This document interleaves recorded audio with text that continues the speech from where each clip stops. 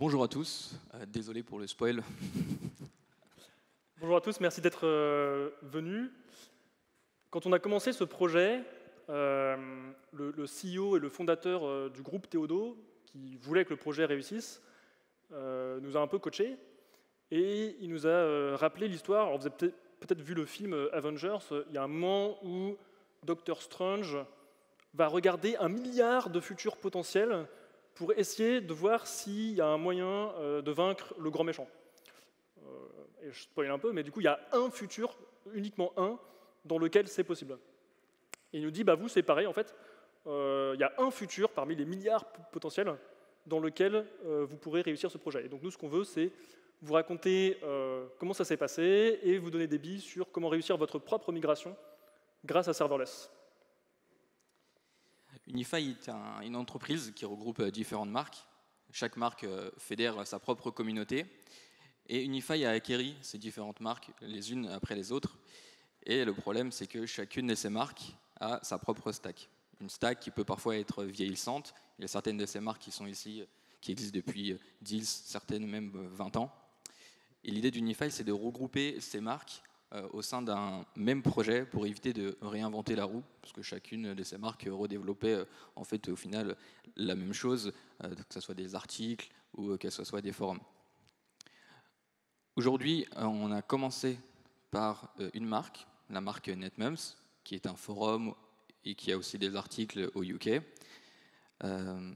C'est la première marque qu'on a voulu migrer vers une infrastructure serverless.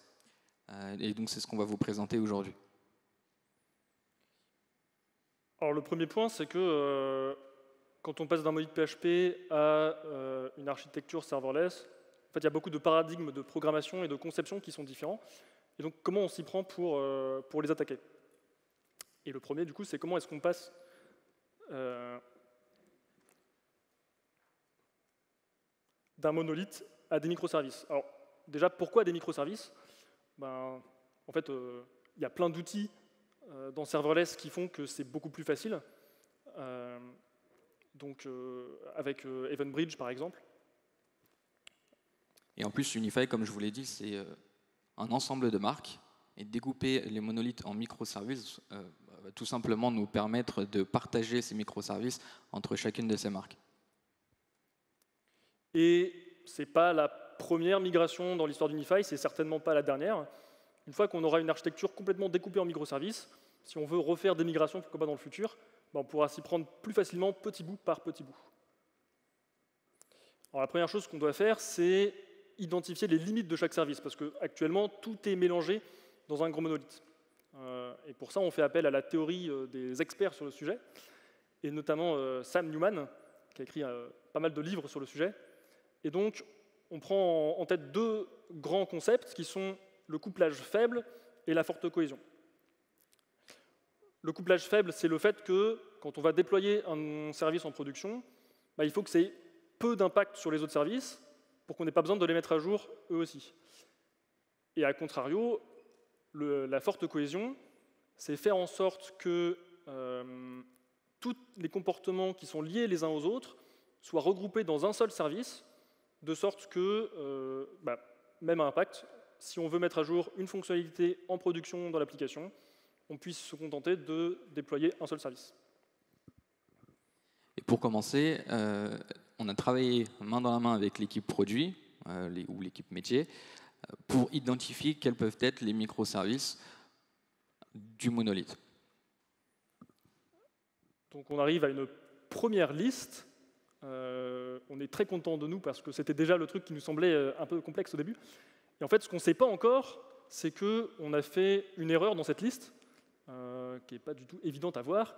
On verra plus tard ce que c'est, dans quelques instants. Mais on n'a pas respecté un de ces grands principes. Donc on l'a vu, Unify, c'est plein de marques différentes. Et donc les services back-end qu'on va développer, il faut qu'ils soient utilisables par plein de marques d'un coup, qui auront peut-être des besoins différents et des contextes différents. Donc, par exemple, si on prend le service GDPR, qui va être responsable de l'anonymisation des données utilisateurs, peut-être que NetMums va l'utiliser par moment, peut-être que Doctissimo va l'utiliser par moment. Et il faut qu'on sache à chaque instant, est-ce qu'on est NetMums, est-ce qu'on est Doctissimo ou est-ce qu'on est Marmiton. Et pour ça, deux solutions s'offrent à nous.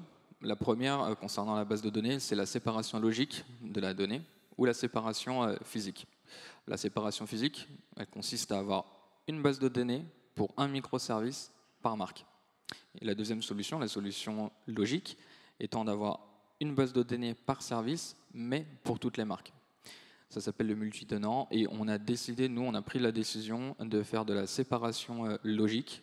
Donc c'est un trade-off entre est-ce qu'on préfère avoir de la complexité dans l'infra ou est-ce qu'on préfère avoir de la complexité dans le code. Et donc nous, on a choisi d'avoir la complexité dans le code. Donc dans le code, il faut qu'on sache à chaque instant le site avec lequel on est en train de travailler, quelle marque on travaille actuellement. À 3 endroits. Le premier endroit, c'est lorsqu'on fait des requêtes synchrones, donc via API Gateway. Très simple, on rajoute un header XSiteID custom qui nous permet de savoir si on est sur NetMums ou Doctissimo. Lors des requêtes asynchrones, alors entre les services, on utilise beaucoup EventBridge. Et donc, grâce à des types TypeScript, on garantit que tous les événements EventBridge qu'on va envoyer dans l'application utilisent le SiteID. Et enfin, en base de données, on préfixe tous nos PK par l'ID du site. Alors, ceux qui connaissent bien Dynamo se rendent compte des limitations de ça. C'est qu'est-ce qui se passe si, en une seule query, on veut récupérer des données de plusieurs marques d'un coup. Et en fait, nous, ce qu'on se dit, c'est que les bases Dynamo, c'est des bases frontales qui vont être utilisées pour fournir de la donnée sur les marques directement. Et requêter des données sur plusieurs marques d'un coup, c'est peut-être quelque chose dont l'équipe data aura besoin, mais pas nous. Et en fait, c'est le data lake dans lequel seront déportées les données de Dynamo qui devra gérer ça. Et donc nous, on n'a pas cet access pattern-là. On n'a pas besoin de récupérer les données de cette façon. Et donc, cette convention convient parfaitement au problème. Là, on a vu comment on a architecturé nos services de manière très simplifiée au départ, comment on a choisi de séparer la donnée, comment on a voulu la construire pour identifier les marques. Et maintenant, on veut aussi faire communiquer les microservices entre eux pour qu'ils puissent interagir. Pour ça, on a d'abord créé un premier service qu'on va appeler le service core. Ça va être le service qui va être commun à tous les autres microservices, dans lequel notamment on va trouver la configuration du VPC. Il va nous permettre de faire en sorte que les microservices puissent communiquer entre eux au sein d'un même VPC. La configuration donc est faite au niveau du service core et ça va permettre aux microservices de récupérer directement la configuration sans devoir la reconfigurer au niveau de chacun des microservices. Tout comme l'API Gateway est aussi configurée au niveau du service core, de la même manière, on va avoir besoin de créer d'autres ressources l'API Gateway au niveau de chacun des microservices. En revanche, on a donc pris la décision d'avoir une seule API Gateway pour tous les microservices. Donc chacune des lambdas, en termes de configuration, va pouvoir utiliser l'API Gateway qui est définie dans le service core. On a aussi, dans le service core, on s'est rendu compte qu'en fait, on redéveloppait plusieurs fois la même chose ou qu'on avait des besoins qui étaient similaires au sein des microservices. Donc c'est dans le service core qu'on va poser par exemple les différents middleware, que ça va être des middleware de monitoring, d'authentification, de logging et bien d'autres.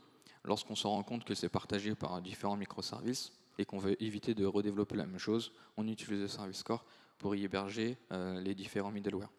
Tout comme que les secrets qu'on peut avoir besoin et qui sont généralement posés par l'équipe infra vont être accessibles depuis le service core. Et les microservices ne vont pas avoir besoin de reconfigurer la partie connexion donc on utilise le paramètre store de SSM pour stocker nos informations. Et pour finir, on utilise aussi Amazon Route 53, le service d'AWS qui va nous permettre de gérer tous nos domaines, toutes nos API au sein d'un seul service et pas besoin de le reproduire à chaque fois au niveau des microservices. Pour garantir un code à peu près uniforme entre toutes les équipes et pour respecter les meilleures pratiques qu'on apprend nous-mêmes au fur et à mesure, on s'appuie beaucoup sur SLint et TypeScript. Je n'envisagerai pas un nouveau projet Node sans TypeScript aujourd'hui. Je ne sais pas si vous avez déjà essayé d'expliquer Dynamo à un développeur qui a fait du SQL toute sa vie, mais c'est pas facile, c'est très différent en fait comme techno, et ça on s'en rend compte dès le début du projet, on a un peu d'expérience là-dessus, et donc on met en place tout de suite un mécanisme pour que les développeurs puissent se former. Et pour ça on utilise les ressources de 2 personnages assez connus dans le monde de Dynamo. Le premier c'est Rick Houlihan, qui fait d'excellents talks et notamment des DynamoDB Office Hour, dans lequel il prend un modèle SQL, il le déconstruit, il le reconstruit en Dynamo. Et c'est assez passionnant. Et le deuxième, c'est le livre de Alex Dobry, DynamoDB Book. Si vous voulez commencer à Dynamo, c'est une lecture indispensable. Le livre est vraiment extraordinaire. On utilise donc DynamoDB, le service d'AWS, la base de données NoSQL de AWS. Et pour ça, on a besoin d'établir ce qu'on appelle des access patterns. Les access patterns vont être la manière de requêter à la base de données DynamoDB et donc y définir les index. Et pour cela, on a eu divers ateliers, du brainstorming, des ateliers pas uniquement tech, mais aussi des ateliers avec l'équipe produit pour déterminer quels étaient les besoins. Et en fonction de cela, ça nous a permis d'architecturer ou de structurer nos index de notre table DynamoDB. Et la chance qu'on a, c'est qu'on part d'un produit qui est pas from scratch, mais qui est un produit qu'on connaît, et donc les access patterns, on les connaît, et c'est la chance qu'on a par rapport à un produit qui, lui, est from scratch. C'est notamment le cas sur le modèle du service forum, sur lequel il y a énormément d'access patterns, et on le sait quand on commence le projet, et donc c'est un peu le service sur lequel on met le plus d'efforts de travail. Et donc pour ça, on fait une réunion qui ressemble à ça, ou plutôt à ça. C'est marrant parce qu'on n'est pas les premiers à faire cette blague aujourd'hui. Je crois que ça a un peu marqué tout le monde. Donc les access patterns, il y en a plein sur le projet, récupérer tous les postes sur un fil de discussion, anonymiser toutes les données liées à un seul utilisateur, récupérer les postes d'un utilisateur, etc. Il y en a beaucoup. Et donc, le modèle, à la fin, il ressemble à quelque chose comme ça. Donc, pour modéliser, vous reconnaissez peut-être la vue, c'est NoSQL Workbench. C'est un outil développé par Amazon et qui est assez formidable, qui permet de visualiser ces access patterns tout d'un coup. Donc pour des modèles un peu compliqués, c'est vraiment génial comme outil. On vous recommande chaudement.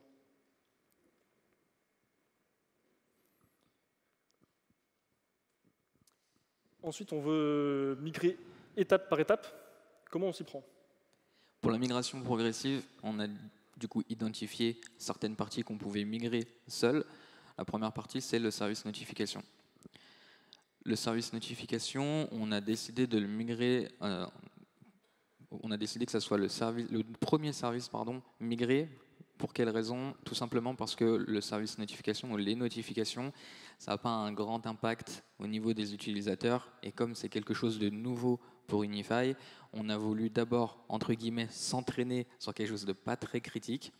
Et ça a un peu d'impact sur le business parce que, tout simplement, si le service notification ne fonctionne pas, le site, lui, va fonctionner. Il faut savoir que notre audience sur la partie forum, 90 voire 95% de notre audience provient d'utilisateurs qui sont non connectés.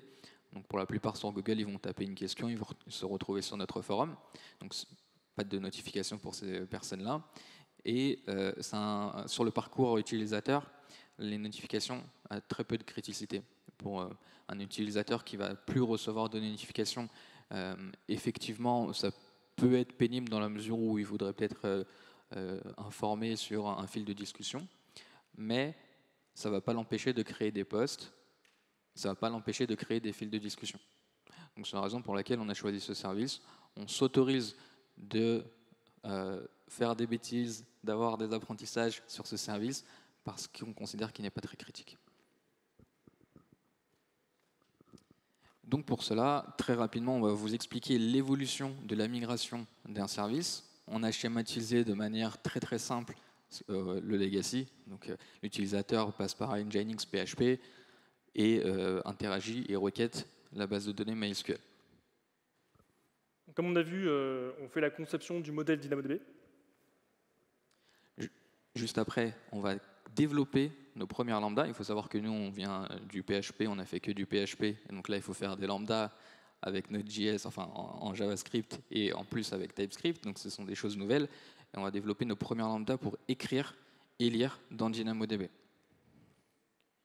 On rajoute une couche d'abstraction côté code pour interagir avec Dynamo, avec la super librairie DynamoDB Toolbox. Comme je vous l'ai dit tout à l'heure, dans le service core, il y avait certains middleware qui vont... En fait, on s'est rendu compte qu'on écrivait souvent la même chose, donc on a créé ces middleware et on les utilise au niveau de chacune des lambdas. Et on commence à écrire nos premiers tests d'intégration, qui sont peut-être les tests les plus importants dans serverless. And I think Sarah will talk about it later, so we can't wait for this talk. On s'est rendu compte qu'en termes de monitoring, on n'était pas top. Donc on a mis en place un système de queue, la dead letter queue, où chaque événement qui arrivait au niveau de la lambda arrivait dans cette dead letter queue si la lambda tombait en erreur. Donc on utilise deux services d'Amazon, SQS et SNS, qui sont un service de notification et un système de queuing. Et donc lorsque lambda tombe en erreur, une notification est envoyée pour que l'événement soit envoyé au niveau de la dead letter queue. Et du coup, les développeurs vont pouvoir débugger et essayer de fixer l'erreur au plus vite. Pour les communications asynchrones entre les différents services, on utilise énormément EventBridge. Donc on a un bus EventBridge partagé par tous les services. Bon là, c'est super cool, mais là, on a une infra et en soi, on ne peut pas trop l'utiliser. Donc on a mis API Gateway devant cette lambda, donc l'API Gateway dont je vous parlais tout à l'heure qui se trouve dans le service core, pour que le legacy puisse communiquer avec. Et enfin, on s'attaque à la migration des données. Un sujet assez important et impactant sur le projet. Quand on a terminé, on va brancher le PHP au niveau de l'API Gateway. Pour l'utilisateur, ce sera complètement transparent, mais derrière, ça change complètement la donne. Là, on va passer à une autre brique au niveau de notre migration. Donc là, on a migré le premier service notification qui avait peu d'impact business. Et maintenant, on va essayer de migrer la page thread logged out. Donc c'est le fil de discussion pour les utilisateurs non connectés seulement. Donc la notification, il n'y avait pas d'impact, c'était pas très critique. Et en fait, le but du projet, c'est quand même d'avoir un effet positif sur les utilisateurs et de commencer à gagner de l'argent. Donc on s'attaque à la page fil de discussion qui représente 90% du trafic du site, notamment pour les utilisateurs déconnectés. Et donc, ce qu'on se demande, c'est quoi la stack minimale? On veut fournir le moins d'efforts possible pour réussir à mettre cette nouvelle page en production. Ce qu'on se rend compte, c'est qu'en fait, on n'a pas besoin de modifier la donnée, parce que les utilisateurs déconnectés, ils n'ont pas le droit de créer des posts ou de les modifier. Et on a de la chance, c'est qu'il y avait une application mobile sur le projet qui consommait une API qui appartenait au legacy. Donc ce qu'on se dit, c'est que notre front, il va pouvoir appeler uniquement cette API pour récupérer les données en lecture, pour que ce soit encore le legacy qui soit propriétaire de cette donnée. Et on se contente de faire donc une API proxy.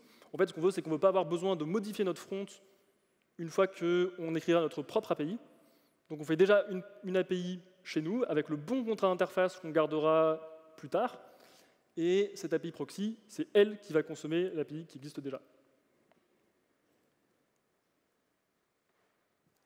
Une fois qu'on a fait la partie déconnectée, là on veut maintenant pouvoir générer de la data par nous-mêmes. Donc ça va se faire lorsque l'utilisateur connecté voudra créer des posts ou des threads, des fils de discussion. Comment on s'y est pris? Dans un premier temps, comme je vous l'ai dit, la page thread déconnectée, l'utilisateur arrive sur notre plateforme, mais utilise les données du legacy. Là, on veut pouvoir faire en sorte que les utilisateurs puissent utiliser notre plateforme et en plus utiliser notre base de données.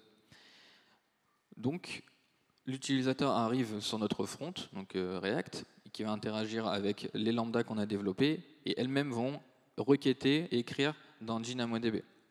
Le problème avec cela, c'est que cette nouvelle donnée, elle a différents besoins. On a besoin de la modérer. On veut peut-être qu'un modérateur puisse supprimer le post ou l'éditer pour retirer des mots vulgaires.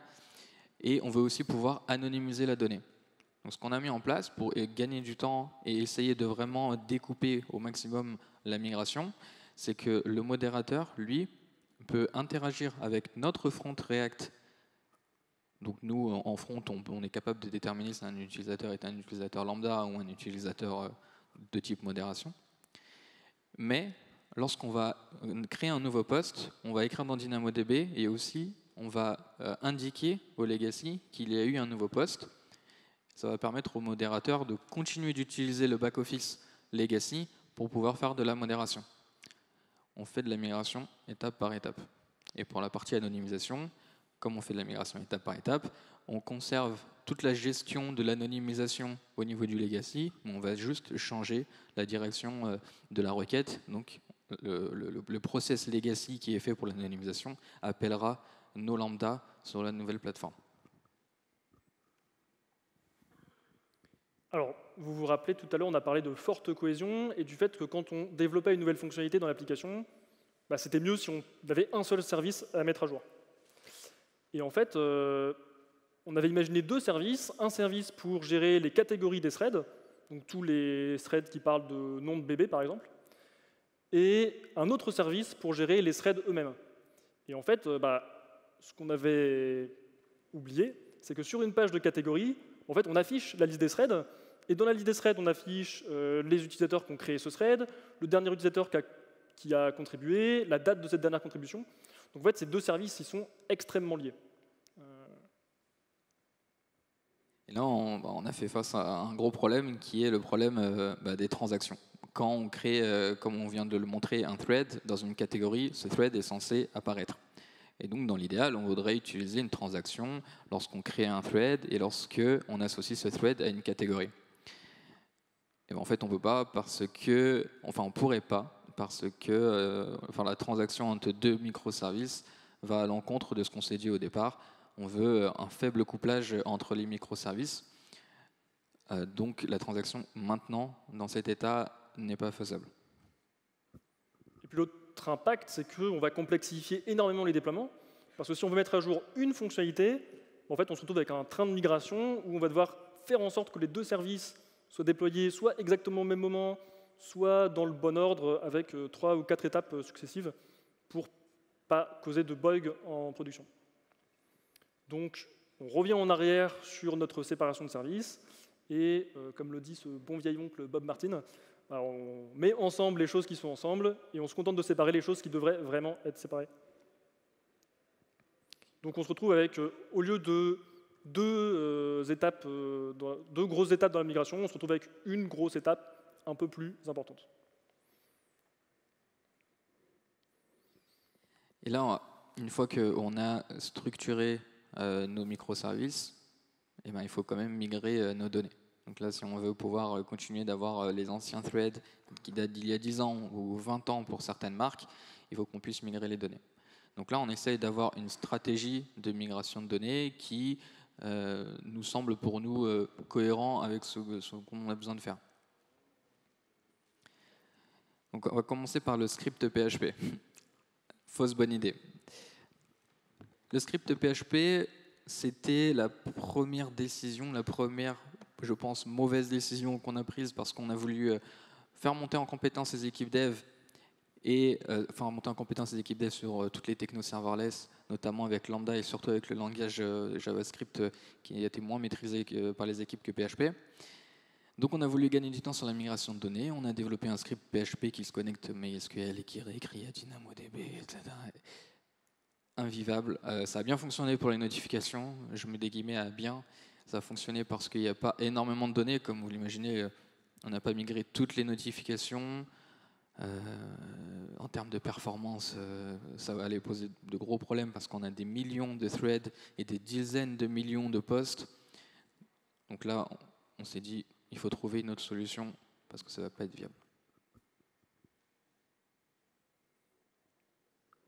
Donc, petit tableau récapitulatif. Pour les notifications, on a à peu près 1 million de données.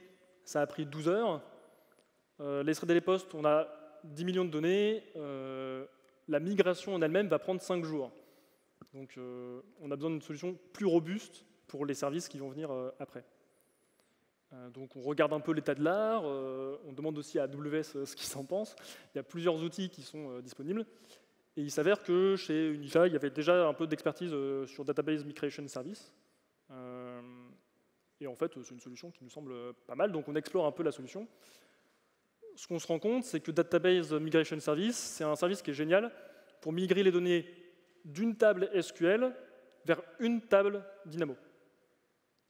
Le problème qu'on a, c'est que nous, on est en single table, et puis pour des raisons de query performante et efficace, une seule entité, elle va contenir des données dans Dynamo qui, dans SQL, étaient réparties dans plusieurs tables différentes.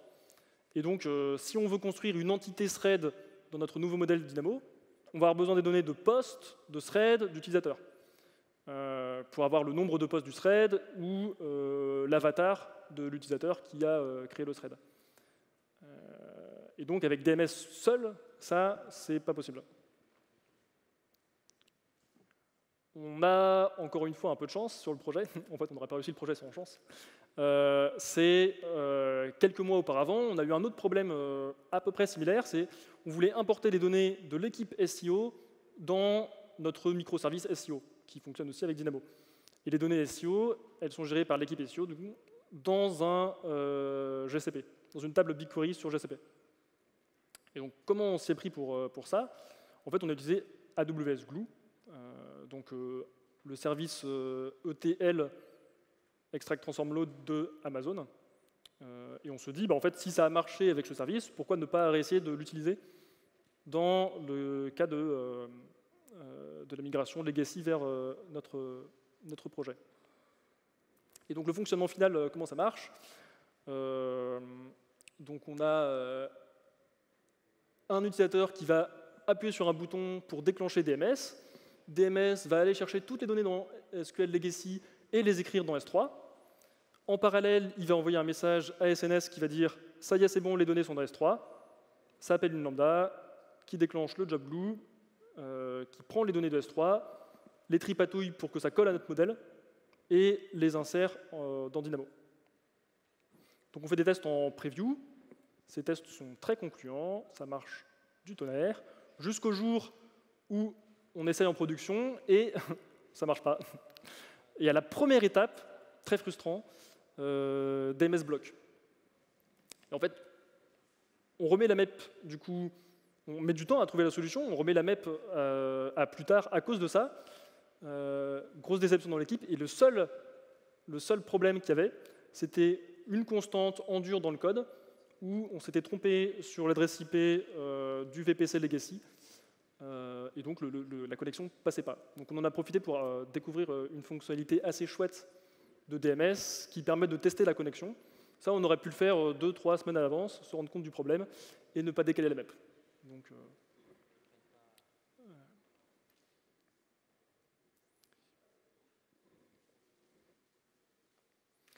on a encore un problème, c'est que le script glue, il prend un peu de temps.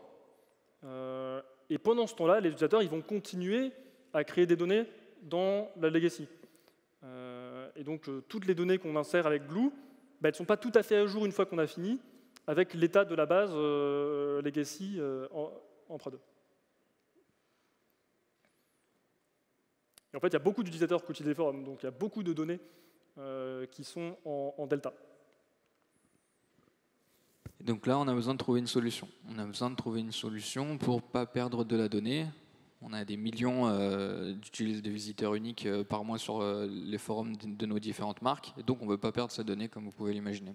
DMS propose une solution, ça s'appelle le CDC, le Change Data Capture. Le CDC, il fait quoi? Le CDC il va permettre de se connecter à une base de données source pour, en temps réel, pour synchroniser la donnée entre la source et la target.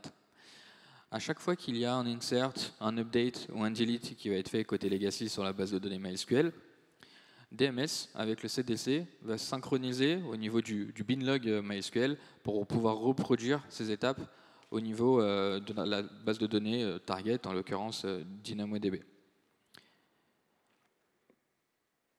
Mais en 2018, avec la marque au féminin de Unify, nous avons expérimenté cette migration en utilisant DMS pour migrer des serveurs on-premise vers le cloud d'AWS. Il s'avère que ça a été très compliqué. C'est vrai que le CDC, c'est une belle promesse. Dit comme ça a l'air super intéressant, super facile à mettre en place. Mais on a rencontré des difficultés. Il y a des erreurs qui nous ont été remontées sans beaucoup de détails. Alors peut-être que, donc ça fait 3 ans, peut-être que ça a évolué depuis. Mais ça a été très painful pour nous. Donc on s'est dit que le CDC, c'était peut-être pas quelque chose qu'on allait reproduire. Ce qui est fait actuellement sur le Legacy, pour NetMems, la marque NetMems, c'est qu'ils mettent le forum en mode read-only. Donc on n'a plus de delta. On met le forum en read-only, on va stopper toutes les inserts, toutes les opérations d'insert, d'update et de delete. Et ensuite on va faire l'export de la base de données vers DynamoDB. Et de ce fait, on n'aura pas de delta de data. Il faut savoir que cet export est fait relativement, est plutôt rapide. On se met d'accord avec l'équipe produit, bien sûr, pour dire attention, ce jour-là, est-ce que vous nous autorisez à avoir 2-3 heures de read-only pour les utilisateurs? Comme je vous l'ai dit tout à l'heure, 90 voire 95% des utilisateurs sont des utilisateurs non connectés, donc ça ne pose pas vraiment de problème. Comment on fait? Donc DMS pour l'initial load. Tu peux revenir, s'il te plaît? Yes, merci. Comment on s'assure que le fonctionnement de l'import-export fonctionne bien? Donc on va utiliser DMS, on ne va juste pas utiliser le CDC. On va utiliser le service DMS d'Amazon, Database Migration Service, pour exporter la data dans un bucket S3. Une fois que l'export est terminé, DMS va trigger une lambda. Et cette lambda, avec des options qu'on aura déjà définies au préalable, va aller déclencher le service Glue d'AWS dont vous parlez tout à l'heure, Paul. Et Glue va ingérer la donnée de S3 et va l'écrire dans DynamoDB en bien sûr transformant la donnée pour qu'elle corresponde à notre nouvelle structure de table. Une fois que c'est terminé, donc là on est toujours, je le rappelle, le forum est toujours en mode read-only, il faut pouvoir rediriger l'utilisateur vers la bonne plateforme pour qu'elle puisse lire la donnée et écrire la donnée dans la nouvelle base de données. Donc pour ça, on a un varnish qui est devant nos fronts, et on va juste rajouter une règle dans Varnish pour dire ok, à cet instant, tu vas rediriger le trafic vers la nouvelle plateforme plutôt que l'ancienne, et de manière automatique, le mode read-only va se retirer parce qu'il sera sur la nouvelle plateforme. Ce qu'on peut dire, ce qu'on doit garder en tête après ce talk, déjà on vous remercie d'avoir écouté, la première chose c'est de bien identifier les microservices. Une fois qu'on a bien identifié les microservices, on va pouvoir être capable de découpler notre application et de la rendre plus vivable par la suite. Une fois qu'on a ça, on peut mettre en place une architecture événementielle grâce aux nombreux services AWS pour avoir des services qui sont faiblement couplés tout en restant avec une cohésion forte. Je vous ai parlé des access patterns tout à l'heure. Quand on part d'une application from scratch, il faut vraiment faire en sorte d'identifier ces access patterns avec les équipes produits pour ne pas devoir restructurer la table Dynamo derrière. Et quand vous partez d'une application déjà existante, vous avez déjà le travail qui a été pré-mâché. Ensuite, les diverses techniques pour faire une migration étape par étape, en fonction du contexte, des différentes pages qu'on a et des services existants côté legacy. Et je vous l'ai dit tout à l'heure, on a voulu faire en sorte que les équipes dev montent en compétence sur les différentes technos, mais pas sur celle de la migration de données. On s'en excuse, il faut absolument mettre le doigt dessus. C'est quelque chose de très important, il ne faut pas laisser ça de côté, puisqu'après on s'en mord les doigts et on doit trouver une solution dans la précipitation. Et c'est jamais bon d'être dans la précipitation. On vous remet sur les slides que vous pourrez avoir après la conf les différentes ressources dont on a parlé pendant le talk. Et vous vous souvenez ce qu'a dit Paul tout à l'heure au sujet de Dr Strange? Ce Dr Strange avait 1 milliard de futurs potentiels. On en a choisi un et on vous laisse choisir le vôtre. Merci.